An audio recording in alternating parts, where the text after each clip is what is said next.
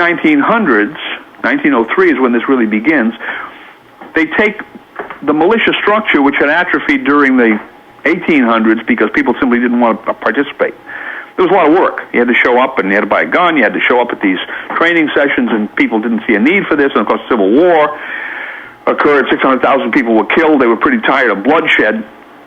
So by the time you get to the turn of the 20th century, early 1900s, the militia structures in the states were pretty much atrophied.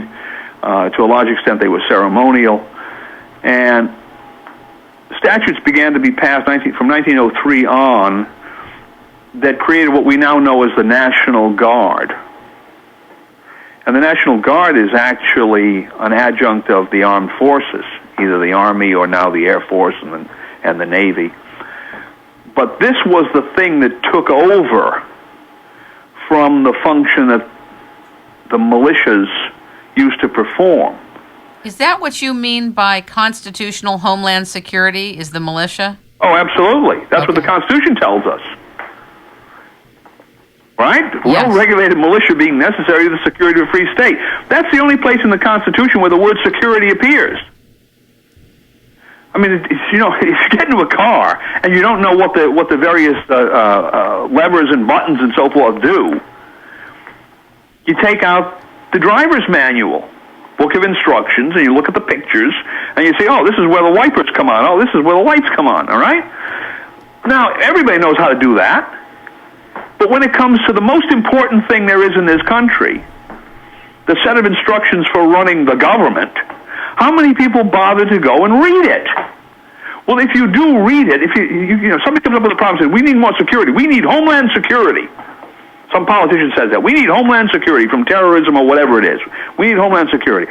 Okay, let's see what the book of instructions tells us about security. And we press that button on word search, right, assuming that we've got this now in PDF form. We press the button on Adobe Word Search, security, and where does that word come up?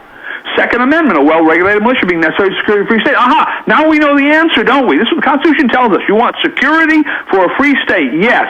Here's how you do it. You put in a well-regulated militia. What is that? Now, the Constitution doesn't define it. And there's a reason for that.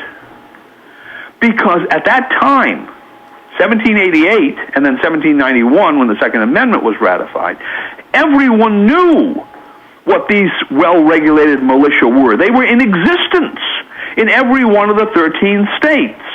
Every one of the founding fathers, unless he was crippled, physically unable, at some stage in his life would have been a member of one of these things. They knew exactly what they were. They knew exactly how they were structured. And they put them into the Constitution based on that knowledge. Our difficulty is we're 200 years removed, and we've simply forgotten all of this. And that's unfortunate because that, what I call a constitutional pillar.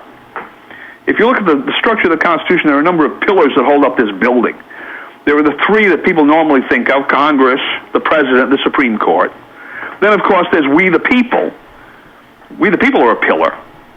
And we appear in two ways, as the electorate, the people who vote in representatives, and we also appear as this thing or things called the militia. Now, any architect who designs a building and puts in 5 pillars has probably done a study and concluded that without those all five of those pillars, without all 5 of the pillars, there will be some defect in the strength of that building.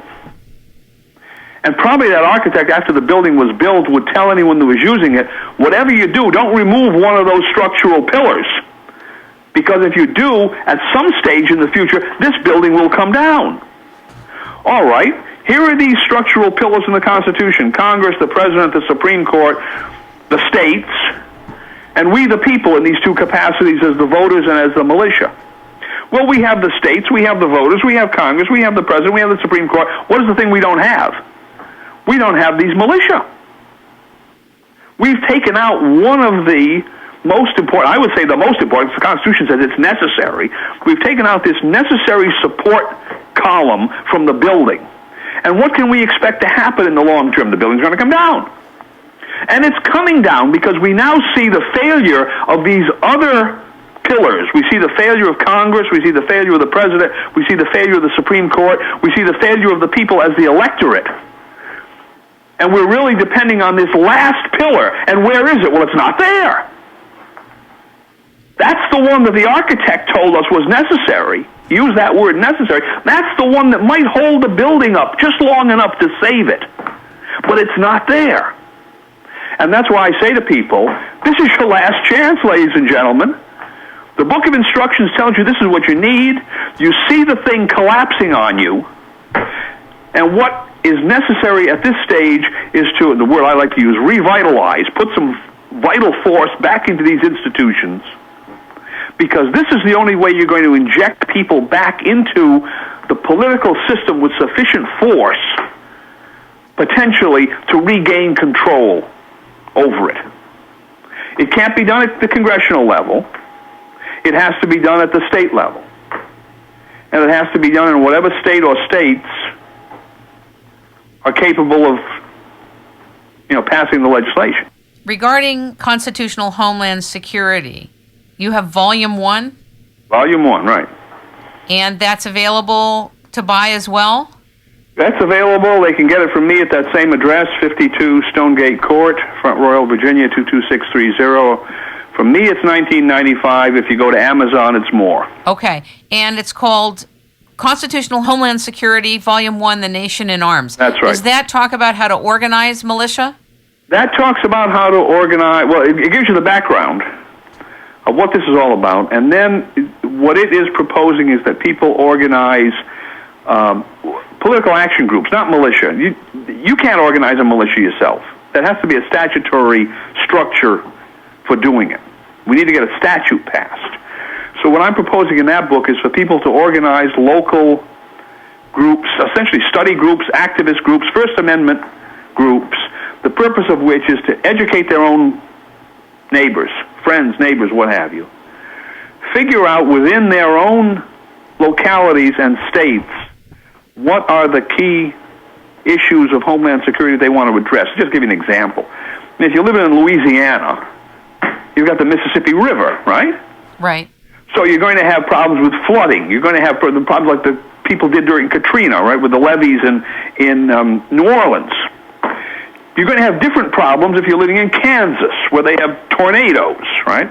You're going to have different problems if you're living in Virginia, especially northern Virginia, where you border on D.C., and there are the District of Columbia, and there are always the possibility of some terrorist event occurring in the District of Columbia that would have ramifications in northern Virginia. So each state is going to have a somewhat different Homeland Security context in which to work. So people have to take that into consideration, and then once they've organized a sufficient number so that they can come to the state legislators and say, listen, we have in the state of, state of Virginia, we have in the state of Virginia, we've organized 15,000 people throughout the state in behalf of this piece of legislation. Oh, and by the way, we've drafted the legislation for you. That's another thing I advocate in the book. That people have to draft this legislation and hand it to the state legislator. We can't let them do it. We have this grassroots movement. We have the piece of legislation. If you don't pass it at the next election, we're going to take the appropriate steps. And what would that be? To remove you, right? This is a political movement. We worked, we got this legislation drafted, we hand it to our local legislator. If he doesn't vote for it, we'll put someone else in who will. And how do you do that? Well, you do that because now you've organized people in each one of these areas, haven't you? No. I mean, how do you get the person out who's sitting there ignoring it? Oh, okay, the state legislator. Correct. Well, there are three classes of state legislator. One is the one that you get in your group to begin with. He's the local legislator who's favorable to this. And so he's working with you on this project. Then the second, so we don't have to worry about him. He will vote for it. You give him the bill, he'll co-sponsor it, whatever. The second category is the individual who doesn't know anything about this at all. You come to him and you explain it. He looks at it and says, yeah, this is not a bad idea. I'll probably vote for this when this comes up. Fine, we'll see what he does. The third category is the fellow who says, no, under no circumstance am I going to do this. And for whatever reason. Well, now you have organized people in his legislative district, haven't you? That's the key that I put in the book. So you've got to organize people all